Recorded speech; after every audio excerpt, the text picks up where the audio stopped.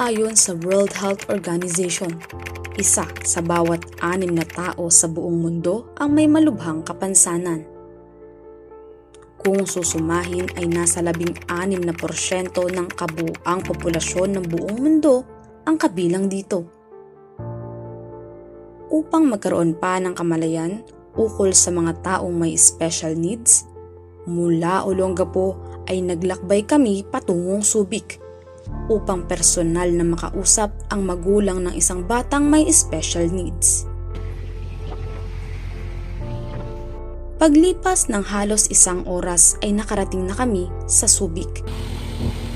Kada kaya?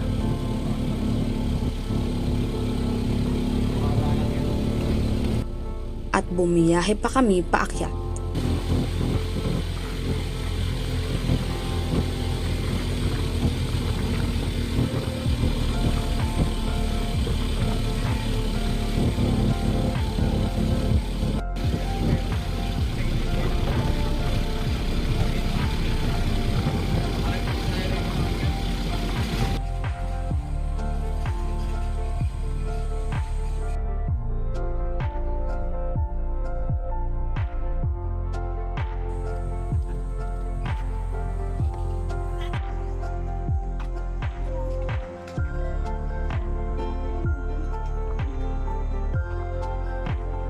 Sa aming pagpunta ay naabutan namin ang isang bata na masayang naglalaro sa labas ng kanilang bahay.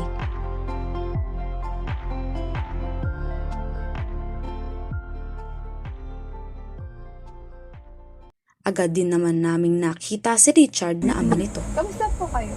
Okay naman. Kamusta naman po yung buhay bilang isang padre di pamilya? Mahirap pero masaya. Ilan po yung anak niyo? Bali, 2 lang sila. Kasi may panganay yung asawa ko dati. Yung kuya nung bunso. Sino po sa kanila yung may special needs? Yung bunso, yung anak ko. Ano pong pangalan niyo? Kiel. Yan. Sa inyo pong experience sa pagpapalaki po sa inyong anak, ano po yung napansin niyo kay Ken na meron pong special needs? Nung una, actually nung baby pa siya, nakikita ko na parang may iba eh. Kasi pag kinakausap namin siya, hindi siya tumitingin sa amin. Kumbaga, kahit anong tawag mo, talagang hindi siya lumilingon. Tapos, yung mga 3 years old na siya, nakakita ko mga 1 year old madadaldal na siya, hindi pa siya nagsasalita. Kaya sabi ko sa asawa ko, baka may something. Pina-therapy muna namin, hindi pa namin na-process. Pero ramdam na namin na may autism. Isa raw sa mga senyales na ang bata ay may autism kung madalas nitong sinisipat-sipat ang mga bagay-bagay.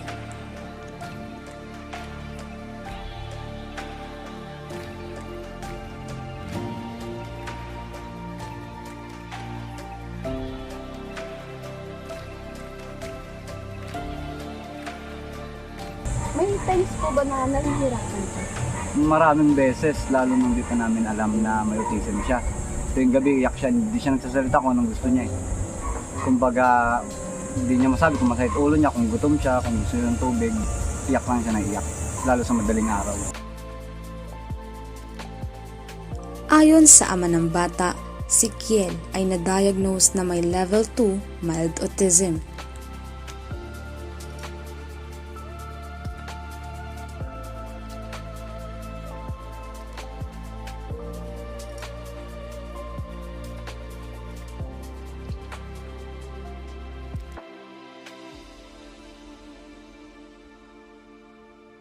Papasok na po ba si Ken? Daycare, tapos nag-sped din siya private sa therapy center. Nung panahon pong ipapasok na po si Ken sa school, ano po yung mga ginawa niyo para mapaghandaan? Parang ganun din, parang sa normal na bata din na. Kaya lang kasi kami yung magulang nandun sa loob ng room. Lahat ng magulang pinapalabas, kami lang ang hindi.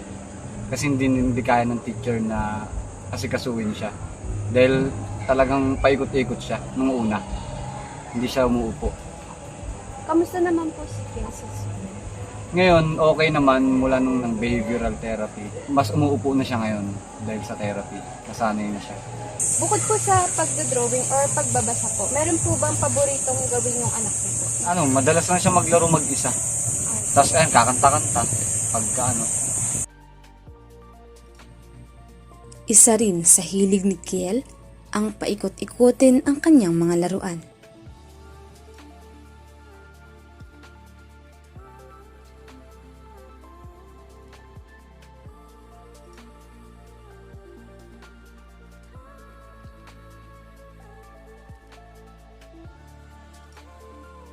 Meron po ba siyang special na talento o kakayanan sa isang bagay? Sa ngayon parang wala pa kami nakikita eh. Pero kasi parang advance yung utak niya. Kasi high IQ raw kasi siya eh. Hindi namin siya tinuturuan magbasa ng English Tagalog pero nagugulat na lang kami marunong na siya. Minsan ina-assist din namin siya pag nagbabasa. Kasi minsan nagkakamali din siya. Kino-correct din namin. Pero ano naman, pagka nagbabasa siya, kaya niya naman mag-isa.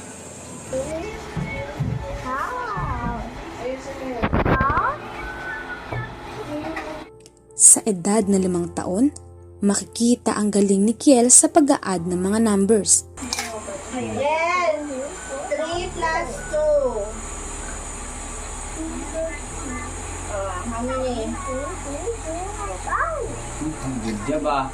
Pagre-recognize ng mga planets Where is Jupiter? Where is it? Jupiter. Where is Saturn? at ng mga animals. What's this? What's this?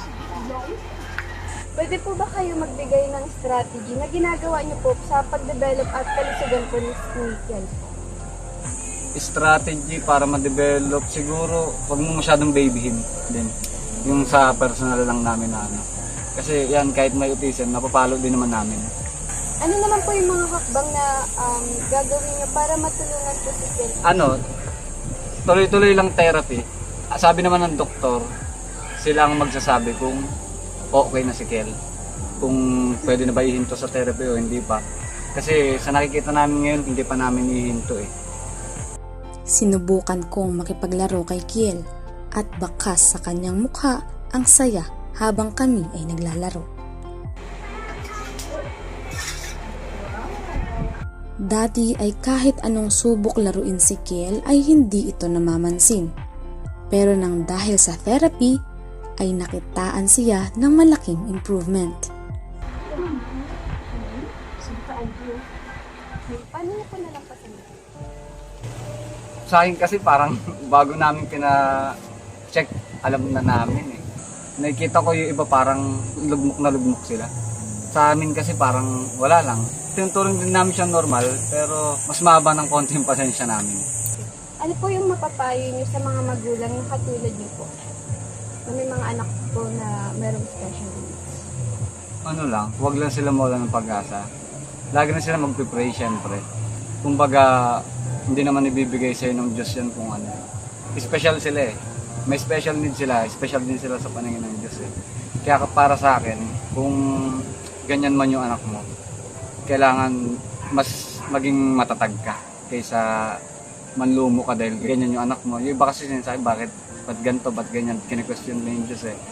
Ako kasi parang mahirap, pero hindi naman ganun kahirap na may anak na merong may autism. Mayroon man silang kakulangan sa kanilang katawan o mga bagay na hindi kayang gawin, tayo ay may hahalin tulad din sa kanila na nangangailangan ng lingap at pagmamahal.